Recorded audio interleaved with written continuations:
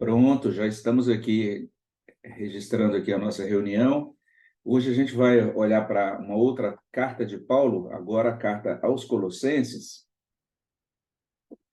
e vamos olhar aqui para duas partes do capítulo primeiro. Em primeiro lugar, o versículo 28 desse capítulo primeiro, ele traz o seguinte: o qual nós anunciamos, advertindo a todo homem e ensinando a todo homem em toda sabedoria, a fim de que apresentemos todo homem perfeito em Cristo. E ele está falando literalmente aqui sobre a esperança da glória que a gente tem em Cristo. Ele fala isso no verso 27. Ele está dizendo que ele anuncia essa esperança da glória, e enquanto ele anuncia, ele está realizando esse ministério da palavra, mas o que chama a atenção é especialmente o final, quando ele diz: a fim de que apresentemos todo homem perfeito em Cristo. Paulo demonstra a sua filosofia, né, de ministério, o que ele buscava alcançar, vamos dizer assim, com aquilo que ele realizava para Deus. O propósito de Paulo realmente é conduzir as pessoas que estavam ali debaixo do pastoreio, da liderança dele, para esse estado aqui, né, de perfeição em Cristo. Essa palavra que é traduzida por perfeito é uma palavra que é muito importante no Novo Testamento. Ela aparece em diferentes lugares. Eu acho que talvez um dos pontos em que ela fique bastante destacada na nossa memória é no Sermão do Monte, quando Jesus diz isso lá em Mateus 5:48, né? Sede vós perfeitos, como perfeito é o vosso Pai Celeste. Ela transmite essa ideia de maturidade, e a gente tem uma nova versão bíblica agora, chamada NVT, né? Nova Versão Transformadora, que inclusive traduz dessa maneira, né? Esse verso 28. Portanto, proclamamos a Cristo, advertindo a todos e ensinando a cada um com toda a sabedoria para apresentá-los maduros em Cristo. Então, a gente encontra em Paulo uma dedicação ao ministério da palavra, e o objetivo dele era esse, né? Que as pessoas pudessem amadurecer, né? Se tornar completas em Cristo. É uma das coisas que Paulo faz, então, para cumprir o seu ministério, como ele mesmo está dizendo aqui no verso 28, é ensinar a palavra, é o ministério da palavra. Mas a outra coisa que ele faz sempre, né? E a gente vai ver aqui em Colossenses, ele fazendo algo semelhante ao que ele fez quando escreveu aos Efésios, é, ele também orava em favor dos colossenses. E aí, se voltarmos um pouquinho, aqui mesmo nesse capítulo 1, ele vai dizer lá no verso 9, do verso 9 até o verso 12, né? Ele diz assim: por esta razão, também nós, desde o dia em que o ouvimos, não cessamos de orar por vós e de pedir que transbordeis de pleno conhecimento de sua vontade, em toda a sabedoria e entendimento espiritual, a fim de viverdes de modo digno do Senhor, para o seu inteiro agrado, frutificando em toda boa obra, crescendo no pleno conhecimento de Deus, sendo fortalecidos com todo o poder, segundo a força da sua glória, em toda a perseverança e longanimidade, com alegria, dando graças ao Pai, que vos fez idôneos à parte que vos cabe da herança dos santos na luz. No verso 28, ele diz: eu estou me esforçando ministrando a palavra para vocês serem perfeitos. Aqui no verso 9, no verso 9 até 12, é como se ele pegasse, né, tudo aquilo que está incluído, né, dentro da maturidade cristã. Afinal de contas, a maturidade cristã é constituída de quais coisas? Paulo menciona pelo menos 7 coisas aqui nessa oração, do verso 9 até o verso 12. É como se ele dissesse: esses são os componentes da maturidade cristã, e eu estou orando para que vocês desfrutem da bênção de Deus e possam ver esses componentes aí, essas virtudes, essas bênçãos de Deus aflorando, produzindo realmente um resultado no coração de vocês. Então é interessante que para Paulo o ser humano é tornado completo por meio do ministério da palavra e da oração, né? Ele ensina, ele ministra a palavra de Deus e ao mesmo tempo ele ora para que os crentes possam de fato ser configurados conforme a palavra de Deus, possam desenvolver aquele fruto de santidade que é operado realmente pela palavra de Deus aplicada no coração pelo Espírito Santo, né? E Paulo, nesses termos, ele faz algo bem interessante, né? Nesse momento, então, em que ele está orando por aqueles irmãos de Colossos, né? Ele vai colocando diante deles, do Senhor, melhor dizendo, as vidas deles, e ele vai, então, suplicando a graça de Deus sobre eles. E parece que o entendimento de Paulo é que o artífice que molda realmente a maturidade nos crentes é o próprio Deus, né? Deus é quem trata o nosso coração, é quem ele ministra em nós de dentro para fora e vai nos tornando semelhantes a Jesus Cristo, né? Então, de certa maneira, o que ele está colocando é isso. Deus é quem vai fazer essa mudança no coração de vocês e daí, então, ele coloca diante do Senhor essas necessidades, né? Aqueles irmãos eram irmãos que tinham muitos problemas. Quando a gente lê a carta aos Colossenses, existia muita imaturidade espiritual, alguns erros doutrinários muito graves, e Paulo está entendendo isso. Esses irmãos precisam ser moldados pela graça de Deus. E aí, veja só, ele não pede para aqueles irmãos novas e poderosas palavras proféticas. Eles parece que estavam bem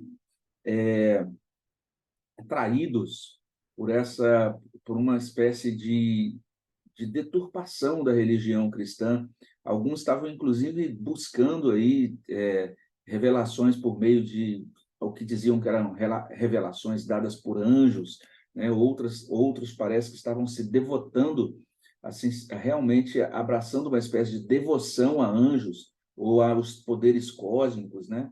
E Paulo escreve essa carta para dizer: Cristo é o centro de todas as coisas, a nossa devoção tem que ser só a Cristo. Então, ele ora nesses termos, olha só o verso 9.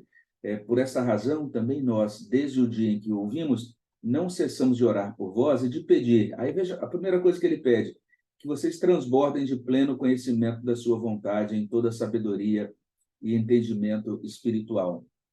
A primeira coisa que Paulo pede, o primeiro componente que a gente poderia chamar assim da maturidade cristã é o conhecimento de Deus. Isso que ele chama de pleno conhecimento da sua vontade em toda sabedoria e entendimento espiritual.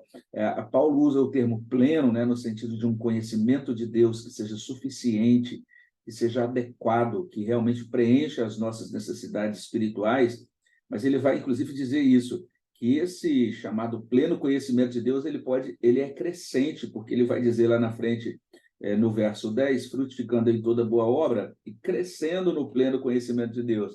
Então, parece até meio contraditório isso, né? Mas ele, em primeiro lugar, diz: eu oro para que vocês tenham pleno conhecimento, mas esse pleno conhecimento pode ainda ser aumentado pelo poder de Deus na vida de vocês. Então, ele pede para que aqueles irmãos recebam essa graça do conhecimento de Deus. Esse é um aspecto importante na nossa maturidade espiritual. Mas não apenas isso, ele está pedindo que Deus supra a vida deles, mas ele não está pedindo por suprimento de coisas materiais, mas por suprimento com santidade, né? Suprimento com comportamentos agradáveis a Deus, aí no verso 10, a fim de viverdes de modo digno do Senhor para o seu inteiro agrado. Ele entende que a vida amadurecida é essa vida que é encaminhada para o agrado de Deus, né? É uma vida vivida para a glória de Deus, sempre com essa preocupação, assim como quando a gente ama uma pessoa, a gente vai querer agradar essa pessoa, né? Fazer as coisas de que ela gosta para agradá-la. Se nós dizemos que amamos a Deus também, nós também devemos nos consagrar diante da presença dele e viver para o agrado dele. Paulo está orando para que aqueles irmãos realmente possam viver dessa maneira agradável a Deus. O texto vai também trazer isso, né? No sentido de que Paulo ora não para que eles tenham privilégios diferenciados, mas para que eles tenham frutificação, ainda aí no verso 10, quando ele diz: frutificando em toda boa obra e crescendo no conhecimento de Deus. Essa ideia de frutificação é uma ideia importante, né? Jesus diz isso, ele diz que é pelo fruto que a gente conhece a árvore. Então, que o resultado, né, que o nosso comportamento, que aquilo que seja visto, vamos dizer assim, como testemunho nosso realmente seja para a glória de Deus e para a honra de Deus. Então, ele está pedindo que Deus conceda essa frutificação em toda boa obra, que as obras dos crentes possam realmente refletir essa vida que os crentes têm na presença de Deus, uma vida realmente com Deus. E ele também pede não para que Deus conceda autoconfiança, vamos dizer assim, àqueles cristãos, mas que Deus conceda a eles o poder do Espírito Santo. Verso 11, sendo fortalecidos com todo o poder, segundo a força da sua glória. Ele já tinha pedido isso lá quando ele orou pelos Efésios, a gente meditou nisso lá em Efésios 3, a partir de 14 a 21, e agora ele está pedindo mais uma vez. Vejamos como que, para Paulo, sermos fortalecidos com o poder do Espírito Santo é importante, né? O fortalecimento com o Espírito Santo não é só uma experiência que a gente tem, sei lá, de um êxtase espiritual em algum evento, em algum momento da vida, mas é realmente uma necessidade diária. Ele escreve aos Efésios, né, dizendo lá em Efésios 5, a partir do verso 18, não vos embriagueis com o vinho, né, mas enchei-vos com o Espírito Santo. Ele entende que esse enchimento é contínuo e a gente precisa realmente ser fortalecido com todo o poder. E olha bem a expressão que ele usa, né, tão impressionante, com todo o poder, segundo a força da sua glória.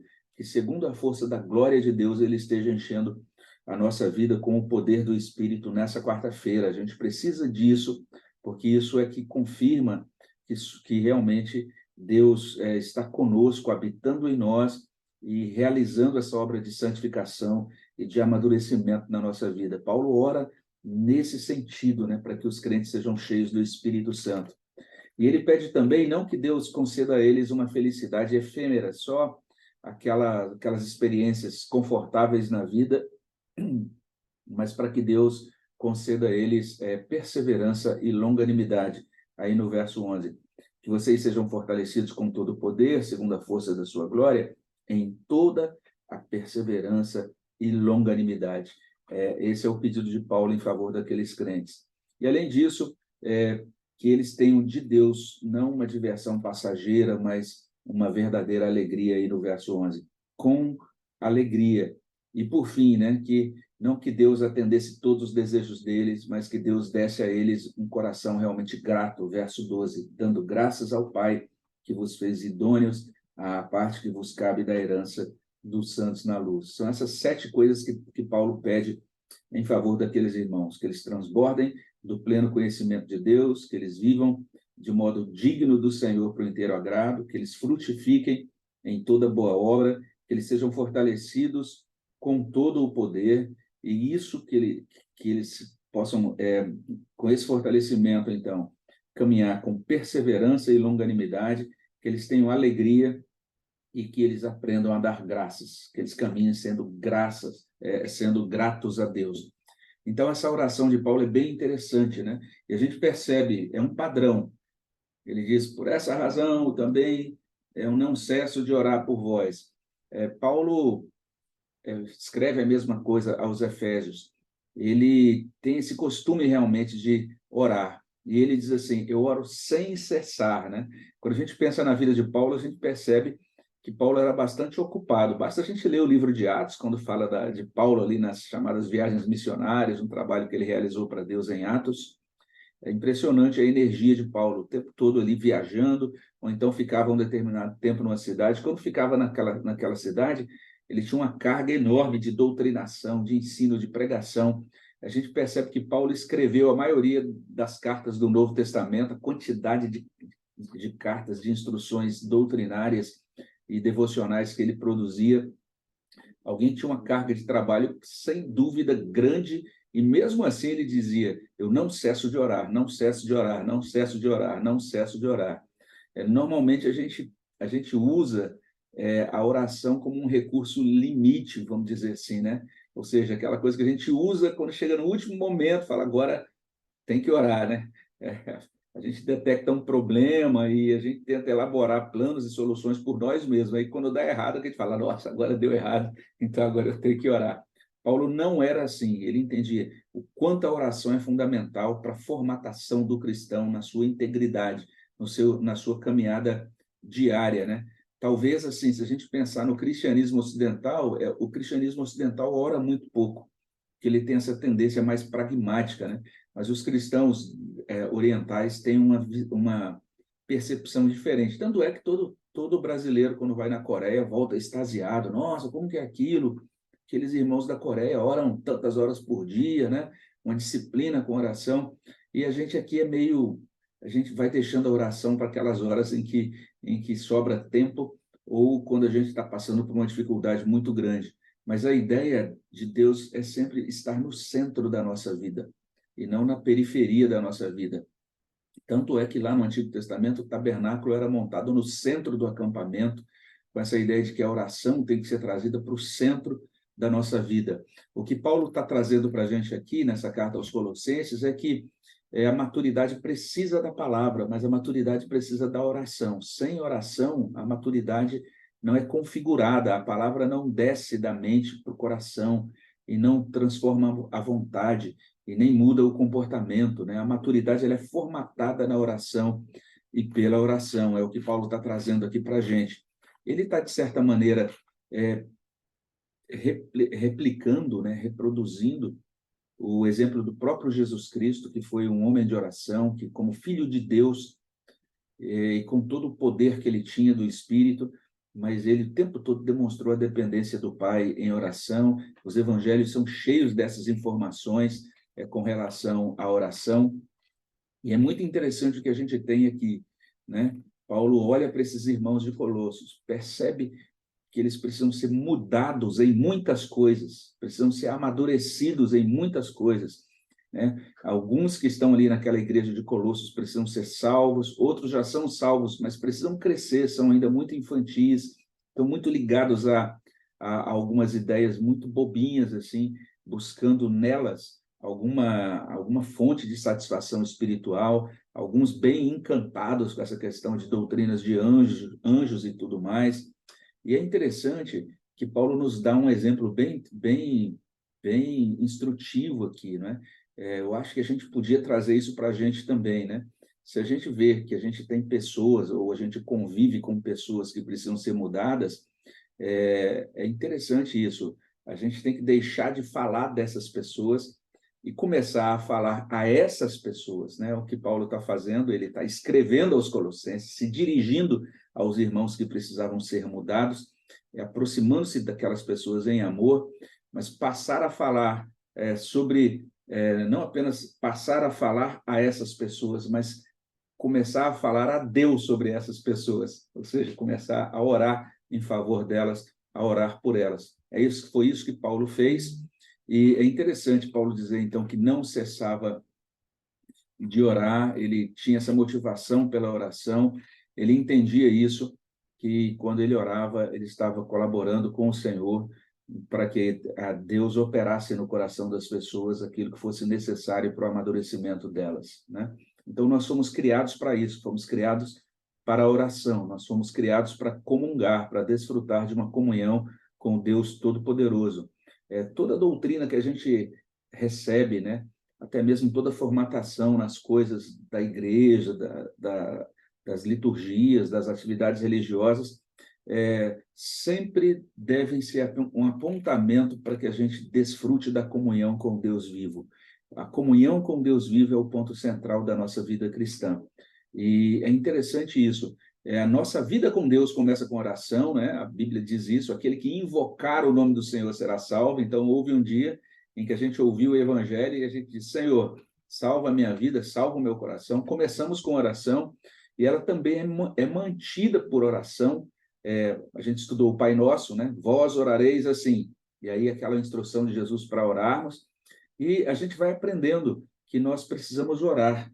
Orar por nós mesmos, orar também pelos outros, né? Aqui em Colossenses, a gente vai ver o apóstolo Paulo fazendo isso.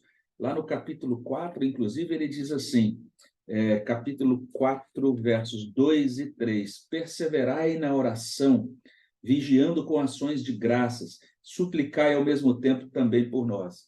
Então, orem por vocês e orem por mim, né? A gente ora por nós, a gente ora uns pelos outros. Então, a oração é esse meio de graça que nos conecta a outros meios de graça, porque é pela oração que a gente se prepara para receber a Escritura.